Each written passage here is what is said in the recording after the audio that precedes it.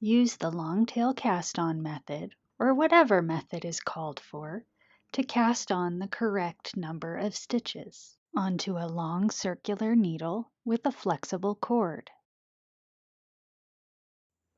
Move the stitches onto the cord and locate the halfway point.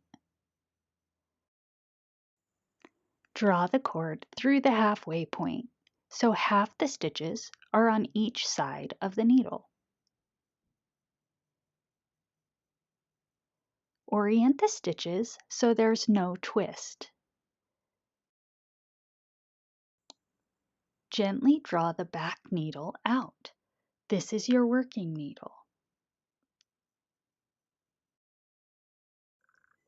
Join in the round and work as instructed.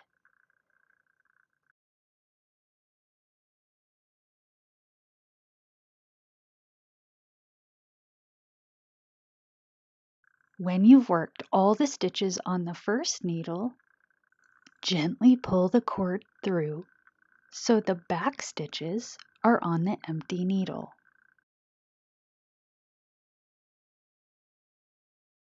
Rotate your needles and repeat. Pull the back needle out. This is your working needle. Continue working in this manner.